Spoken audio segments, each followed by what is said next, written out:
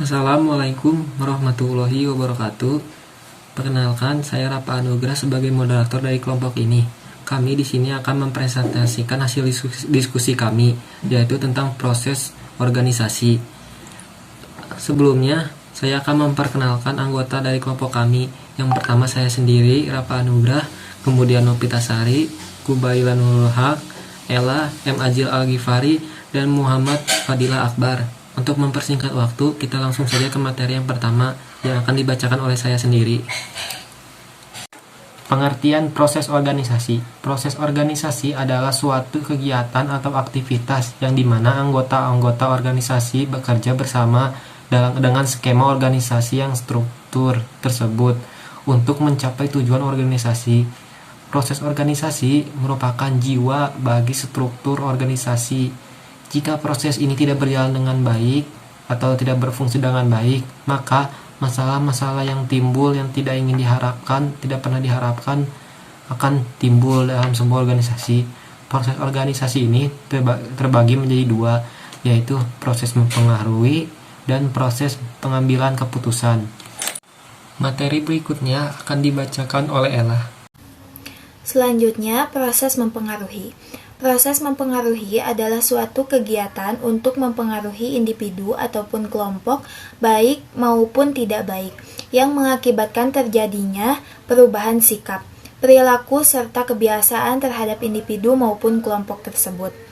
Elemen-elemen yang ada dalam suatu proses mempengaruhi antara lain, yang pertama ada orang yang mempengaruhi, yang kedua, ada metode yang digunakan untuk mempengaruhi, dan yang terakhir, ada orang yang dipengaruhi.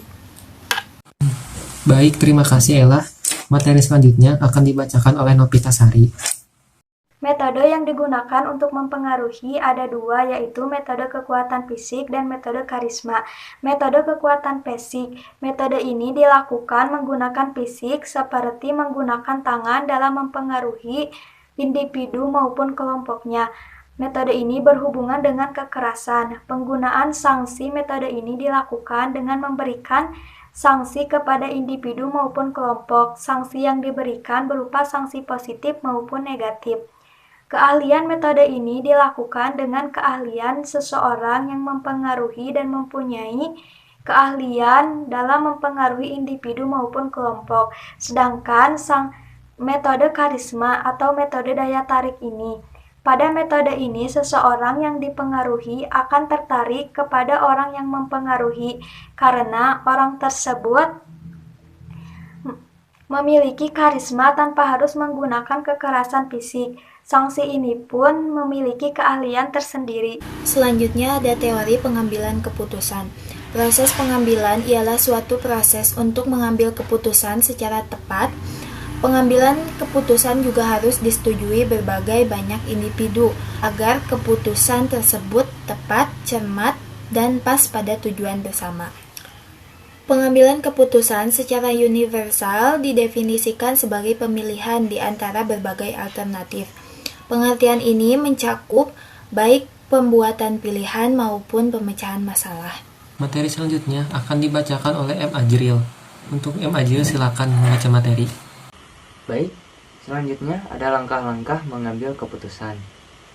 Menurut Herbert E. Simon, proses mengambil keputusan pada hakikatnya terdiri atas 3 langkah utama, yaitu yang pertama, kegiatan intelijen, menyangkut pencarian berbagai kondisi lingkungan yang diperlukan bagi keputusan. Yang kedua, ada kegiatan desain. Tahap ini menyangkut pembuatan, pengembangan, dan penganalisaan berbagai rangkaian kegiatan yang mungkin dilakukan. Yang ketiga, ada kegiatan pemilihan. Pemilihan serangkaian kegiatan tertentu dari alternatif yang tersedia. Sedangkan menurut Scott dan Michelle, proses pengambilan keputusan meliputi proses pencarian atau penemuan tujuan formulasi tujuan pemilihan alternatif, mengevaluasi hasil-hasil pendekatan komprehensif lainnya adalah dengan menggunakan analisis sistem.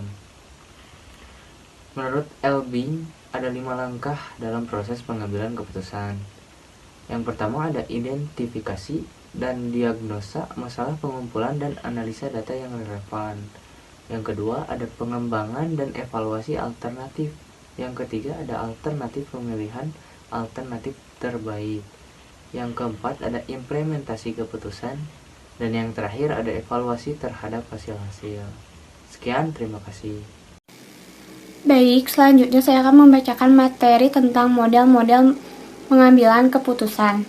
Yang pertama ada model ekonomi yang dikemukakan oleh ahli ekonomi klasik di mana keputusan orang itu rasional, yaitu berusaha mendapatkan keuntungan marginal sama dengan biaya marginal atau untuk memperoleh keuntungan maksimum.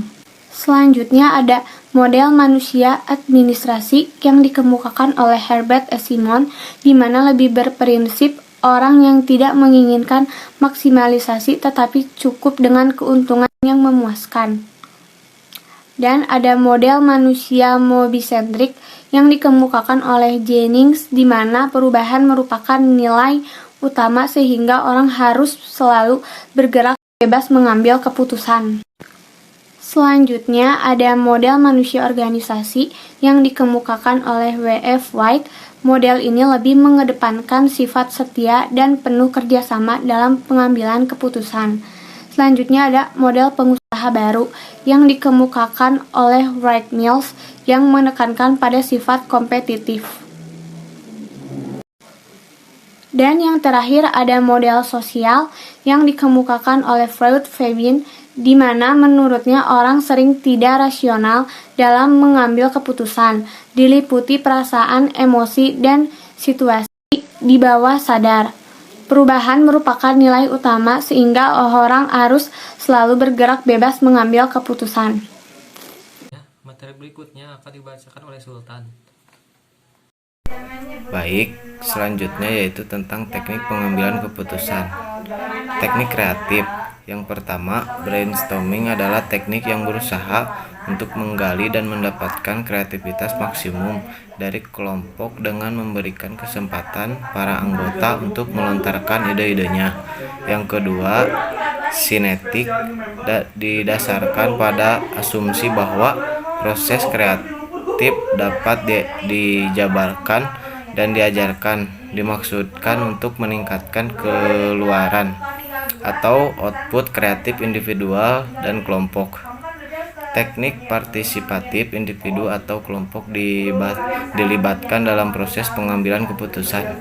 Teknik modern atau teknik Delphi pertama kali dikembangkan oleh N.C. Dalken dan rekan pada tahun 1950-an yang pada saat sekarang terkenal sebagai teknik untuk membantu pengambilan keputusan-keputusan yang mengandung risiko dan ketidakpastian, misalnya forecasting jangka panjang.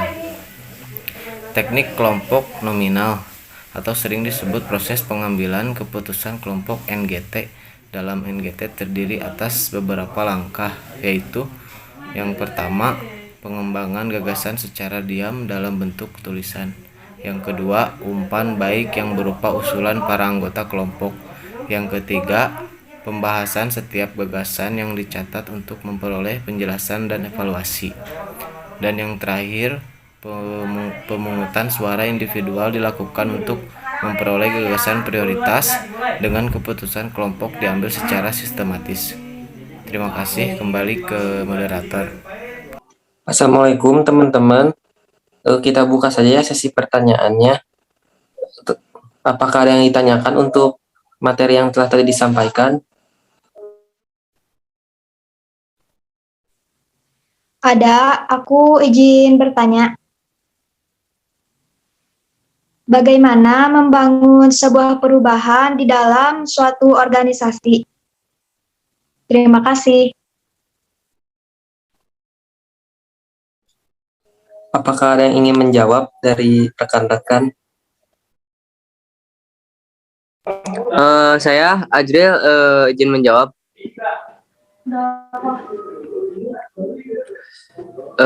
Bentar ya.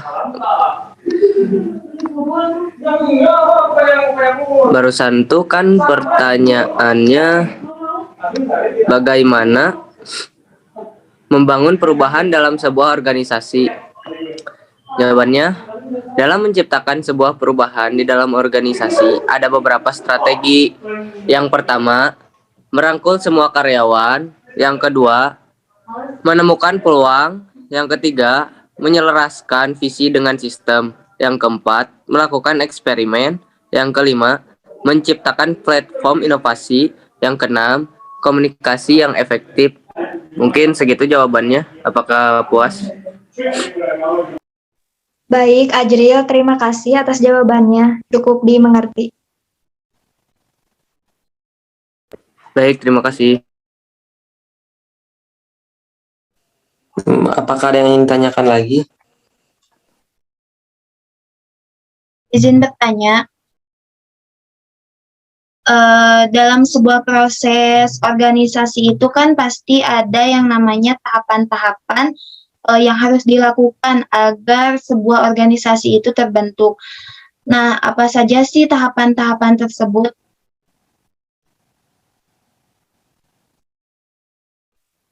Izin menjawab.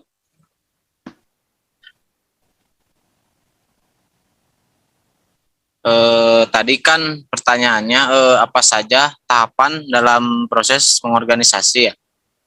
Jawabannya yaitu yang pertama menentukan tujuan yang akan dicapai, yang kedua menyusun rencana dan kebijakan yang akan dipergunakan dalam mencapai tujuan yang telah ditetapkan, yang ketiga menentukan seluruh kegiatan yang akan dipergunakan untuk melaksanakan rencana dan kebijakan tersebut, yang keempat menghitung dan mengklarifikasikan kegiatan yang ada, yang kelima mengelompokkan kegiatan yang sama dalam satu kelompok kegiatan, serta menentukan departemen yang mewadahi kegiatan setiap kelompok kegiatan yang telah ditentukan. Dan yang keenam, memberikan tugas dan wewenang untuk melakukan kegiatan untuk masing-masing kelompok kegiatan. Mungkin itu saja jawabannya. Apakah puas? Baik, terima kasih Sultan atas jawabannya. Baik, terima kasih kembali. Apakah ada yang ditanyakan kembali? Kalau tidak, saya saja yang bertanya ya. Sebutkan dan jelaskan karakteristik perilaku keorganisasian. Baik, saya akan menjawab pertanyaan dari Rafa, yaitu sebutkan dan jelaskan karakteristik perilaku organisasi. Jawabannya ada proses. Proses organisasi itu berkaitan dengan interaksi yang terjadi antara anggota organisasi. Proses organisasi itu meliputi komunikasi, kepemimpinan, proses pengambilan keputusan, dan kekuasaan. Dan salah satu pertimbangan utama dalam merancang struktur organisasi adalah agar berbagai proses tersebut dapat berjalan secara efektif dan efisien. Lalu ada perilaku. Fokus dari perilaku keorganisasian yaitu perilaku individu dalam organisasi, oleh karenanya harus mampu memahami perilaku sebagai individu dan organisasi. Lalu ada struktur. Struktur yang berkaitan dengan hubungan yang bersifat tetap dalam organisasi, yaitu bagaimana pekerjaan dalam organisasi dirancang dan bagaimana pekerjaan itu diatur. Struktur organisasi sangat berpengaruh besar terhadap perilaku individu, orang dalam organisasi, serta efektivitas organisasi. Bagaimana, Rafa? Terima kasih Kubaila atas jawabannya, cukup memuaskan. Baik, untuk sesi diskusinya kita sudahi saja karena pertanyaan dan jawabannya sudah terjawab semua ya. Mohon maaf bila ada salah kata. Wassalamualaikum warahmatullahi wabarakatuh. Waalaikumsalam warahmatullahi wabarakatuh. Warahmatullahi wabarakatuh.